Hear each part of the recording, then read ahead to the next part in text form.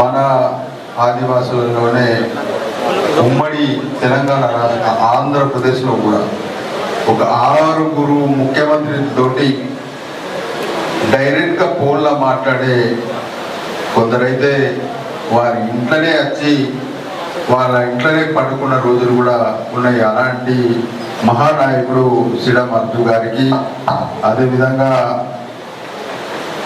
Dynamic leader, ఒక యువకుడు, మాకు 56 సంవత్సరాలు అయినాయి. ఇవాళ చాలామంది స్వయం బాబురావు ఏం చేసిండు అంటే, స్వయం బాబురావు ఎప్పుడన్నా కూడా జాతి కోసం, జాతికి న్యాయం చేస్తాడు ఎవరన్నా అనే ఉద్దేశంతో ఒక యువకుడిని, నేను బీజేపీలో ఉన్నా కాంగ్రెస్ పార్టీలో ఎట్టి పరిస్థితులు కూడా వెడుమ బొజ్జును గెలిపియాలని నేను స్పష్టంగా అందరికీ చెప్పిన మొగోడే స్వయం బాబురావు. అందుకోసమే ఇవాళ వెడుమ బొజ్జు కాదు, వెడుమ బొజ్జు పటేల్ అయినని కూడా ఈ సందర్భంగా నేను తెలియజేయడం జరుగుతుంది. వారికి అదేవిధంగా ఆత్రం సక్కు కూడా ఎవరు ఎమ్మెల్యే చేయలే. స్వయం బాబురావుగా ఆత్రం సక్కుగా అనే సందర్భాలలో వచ్చినప్పుడు నేను ఒకసారి ఎమ్మెల్యేనా, కానీ ఆత్రం సక్కు కాలేదు. కాబట్టి నాకు ఇరియకున్నా పర్వాలేదు, ఒక ఆదివాసి నాయకుడు తయారవుతారన్న ఉద్దేశంతో ఆనాడు ఆత్రం సక్కు గారికి నేను నా టికెట్ను వదిలేసి వారిని ఎమ్మెల్యేగా చేసిన ఘనత స్వయం బాబురావు అని కూడా ఈ సందర్భంగా తెలియజేయడం జరుగుతుంది. ఇవన్నీ ఎందుకు చెప్తున్నారంటే, నిన్న మొన్న చాలా సందర్భాలలో అనేక వాళ్ళు మాట్లాడడం జరిగింది. కాబట్టి స్వయం బాబురావు ఏం చేసిండు అని చెప్పడం జరిగింది కాబట్టి చెప్పడం జరుగుతుంది. అదే రకంగా కోరేగా యశ్వంతరావు గారికి, దేశంలోనే మరి రాజ్కోట్ సేవా సమితికి ప్రధాన కార్యదర్శిగా ఉన్న ఆర్ఎన్ దుర్వా గారికి, అదేవిధంగా లోకేశ్వరి నైతం మేడం గారికి, అదేవిధంగా హేమాలాల్ మర్కం గారికి, అదే రకంగా శ్యామరావు విజయ్ గారికి, బాబురావు మరాపే గారికి, అదేవిధంగా ఈ ప్రాంతంలో ఉన్న కాంగ్రెస్ పార్టీ సీనియర్ నాయకుడు కంది శ్రీనివాస్ రెడ్డి గారికి, అదేవిధంగా శ్రీకాంత్ రెడ్డి గారికి, అదేవిధంగా మా బోధ్ నియోజకవర్గ ఇన్ఛార్జ్ ఆడే గజేందర్ అన్న గారికి, అదేవిధంగా మొన్ననే మన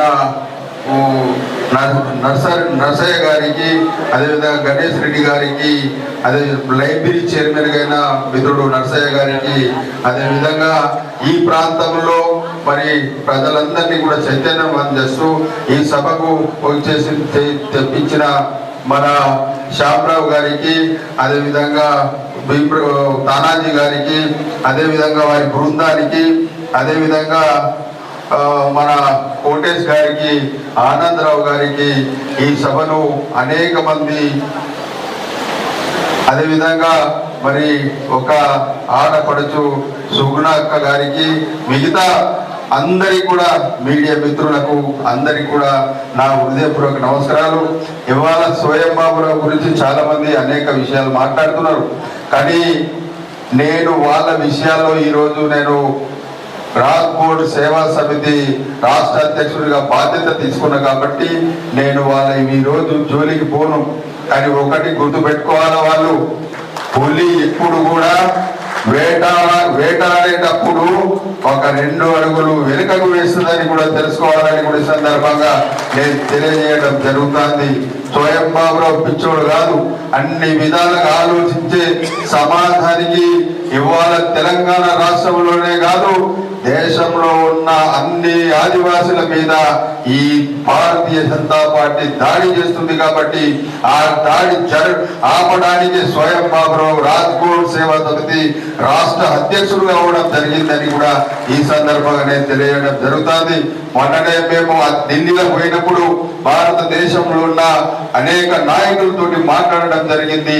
రాబోయే రోజులలో సేవ్ ఆదివాసి పేరు మీద దేశంలోనే ఒక ఉద్యమం చేద్దామని కూడా చెప్పడం జరిగింది. కాబట్టి నేను రాజ్కోట్ సేవా సమితి రాష్ట్ర అధ్యక్షుడుగా కావడం జరిగిందని కూడా ఈ సందర్భంగా నేను తెలియడం జరుగుతుంది. రాబోయే రోజులలో జీవో నంబర్ 49 ఏదైతే ఆనాటి బీఆర్ఎస్ బీజేపీ పార్టీ కుట్ర పని ఆదివాసీ 339 గ్రామాల్ని ఖాళీ చేయడానికి ప్రయత్నం చేస్తుంది. కాబట్టి ఇప్పటికీ